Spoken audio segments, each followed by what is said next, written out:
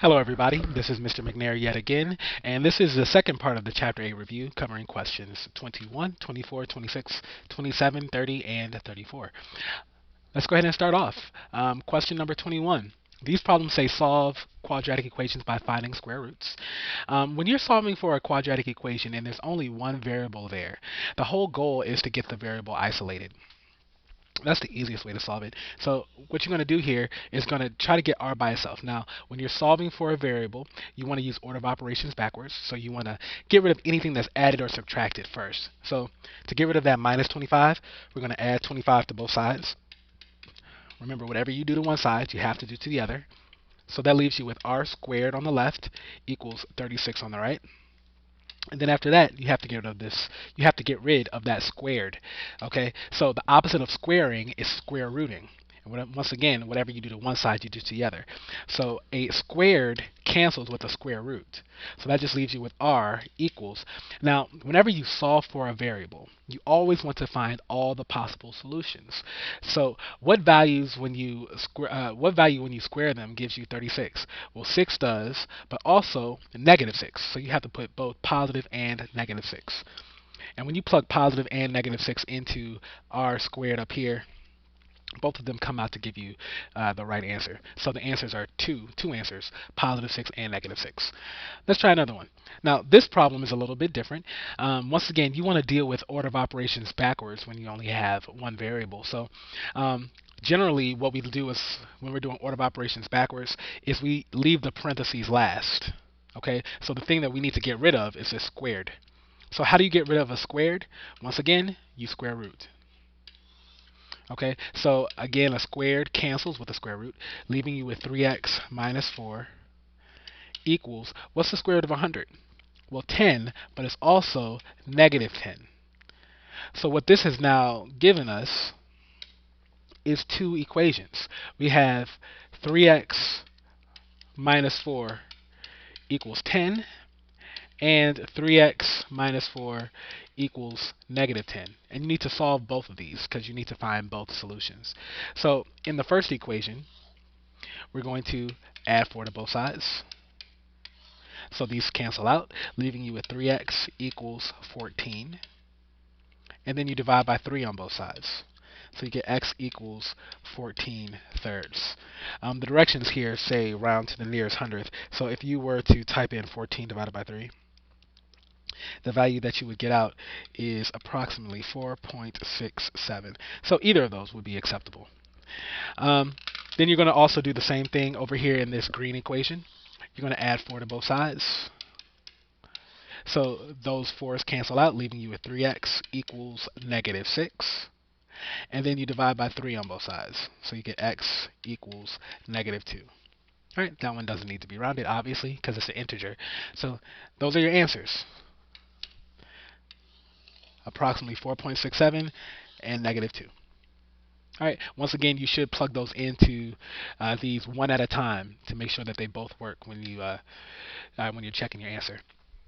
All right, this next section says solve by completing the square. So when you're solving by completing the square, the first thing that you need to do is get the equation in the form x squared plus bx equals c. All right, notice that there's no constant on the left, and there's no coefficient. Well, I'll say the coefficient on the x squared is a 1. Okay? So we need to alter this equation here to make it look like the one that we need. So the first thing I'm going to do is get rid of this positive 10. All right, so let's subtract 10 from both sides so we don't have a constant on that side. So we'll get 2x squared minus 12x equals negative 10. All right, now we want to make sure, once again, that the constant on that x squared is a 1. So we got to get rid of that 2 there. How do you get rid of a 2 that's multiplied? You divide. And make sure you divide everything. Whatever you do to one side, you have to do to the other. So now we're left with x squared minus 6x equals negative 5. Now that's in the form that I was talking about at the beginning of this problem.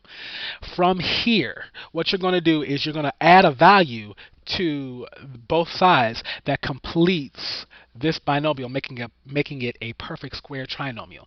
Now the formula to do that, we went over in class, is b over 2 squared. Okay, and we talked about why we use that formula in class, but for right now we're just going to go ahead and apply the formula. So what we're going to do here then is we're going to take b, and b in this problem is -6, so we'll be doing -6 over 2 and squaring it. Well, what's -6 divided by 2? That's -3. What's -3 squared? Well, -3 squared is +9. So we're going to add 9 to both sides. We have to add it to both sides because whatever you do to one side, you have to do to the other. So we have x squared minus 6x plus 9 equals 4. Okay? Now from there, we're going to factor. Okay, now this trinomial that we have here is a perfect square trinomial, meaning that we're going to, when we factor it, it's going to be in the form x plus some number squared. All right, that's a perfect square trinomial. So let me erase that. In fact, I'll erase all of that because we don't need it anymore. So from there, let's go ahead and factor that trinomial. So what multiplies to 9 and adds to -6? Well, that would be -3 times -3. So this factors out to be x minus 3 squared. So that equals 4. Now, lo and behold, this is the same type of problem that we had now in the last one that we started off with. All right, so you're going to be doing the same thing. So how do you get rid of that squared? Well, you will square root. Okay, once again, a squared and a square root cancel out. I'm going to rewrite this up here. So we'll have x minus 3 equals, well, what's the square root of 4? Both positive and -2. So again, just like we did in the last problem, we're going to break that up into two parts. We're going to have x plus minus 3 equals +2, and x minus 3 equals -2. So now we're just going to solve those one at a time.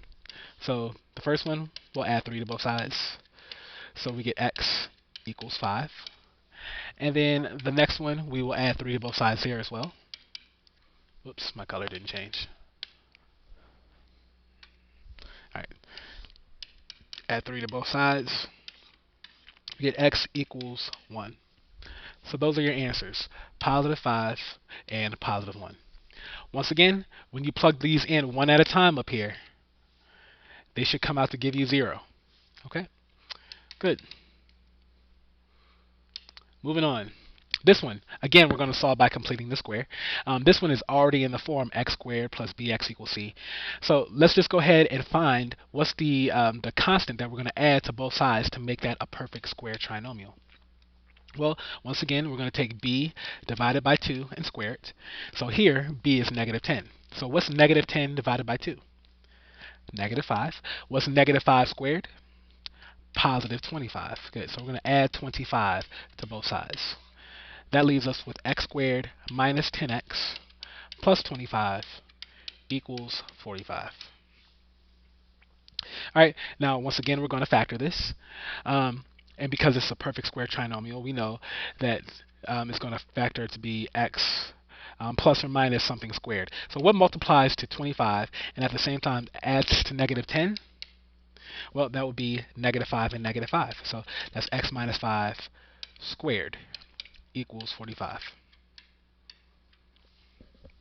All right. Notice that this value and this value are always going to be related because this value here is always going to be the square root of this value. All right. Now, it'll be plus or minus depending on whether b is positive or negative. All right. So let's go ahead and continue to solve. So let's square root both sides. Squared and the square root cancel out, leaving you with x minus 5 equals the square root of 45. Well, that's a decimal, so I'm just going to go ahead right now and just leave it as the positive and negative square root of 45. All right, from there, I need to get x by itself, so I will add 5 to both sides. So those cancel out. You get x equals 5 plus or minus the square root of 45. All right, so there we go. We're just going to keep our answer like that. This is two answers. This is x plus the square root of 45 and x minus the square root of 45. Those two. Sometimes people keep it like that just because it's an exact answer. Sometimes you'll get somebody that might go ahead and just plug those into your calculator and, round it. So if I did do that, 5 plus the square root of 45, that equals 11.7. And then I'll round to the nearest hundredth, so that'll be 11.71. And 5 minus the square root of 45, that's negative 1.71. Okay, so those would be two answers that work as well. Okay, all right, let's move on. Use the quadratic formula to find the solutions to each quadratic. When you're using the quadratic formula, number one, you need to make sure that it equals 0 on one side, and we have that. Then you're going to find your A, B, and C. A here is 1, B is 5, C is 6. And then I'll do this one time, and one time only. You plug it into your quadratic formula, which is the opposite of B plus or minus square root B squared minus 4AC all over 2A. Da-na-na-na. All right, great. So let's plug in our values in. Opposite of B. Well, the opposite of 5 is negative 5. So we plug in negative 5 plus or minus the square root of B squared. So that's 5 squared. Minus 4 times A was 1. C is 6. All over 2 times A. And A is 1 again. Now what I would suggest you do is take the radicand here, the discriminant of our quadratic formula, plug that in your calculator. 5 squared minus 4 times 1 times 6, that equals 1. So if I was to simplify this, it would be negative 5 plus or minus the square root of 1 all over 2 times 1 is 2. Simplifying it even further, I would get negative 5 plus or minus 1, because the square root of 1 is 1, over 2. And now we just solve. Negative 5 plus 1, that's negative 4. Negative 4 divided by 2, that's negative 2. Negative 5 minus 1 is negative 6. Negative 6 divided by 2 is negative 3. All right, and those are our two answers. All right, last one here. Use a quadratic formula to solve again. Once again, like we said in the previous problem, you want to get 0 on one side before you do the quadratic formula. So subtract 6x squared from both sides, we get negative 6x squared plus 10x minus 3. Here, we get A equal to negative 6, B is positive 10, and C is negative 3. All right, if you need the formula for the quadratic formula, then you can go back to, rewind the video, go back to the last slide. So let's plug them in. Opposite of B, negative 10, plus or minus the square root of B squared minus 4 times A times C all over 2 times A. All right, great. Now let's go ahead and plug in that radicand again. The discriminant, 10 squared minus 4 times A times C. We get 28.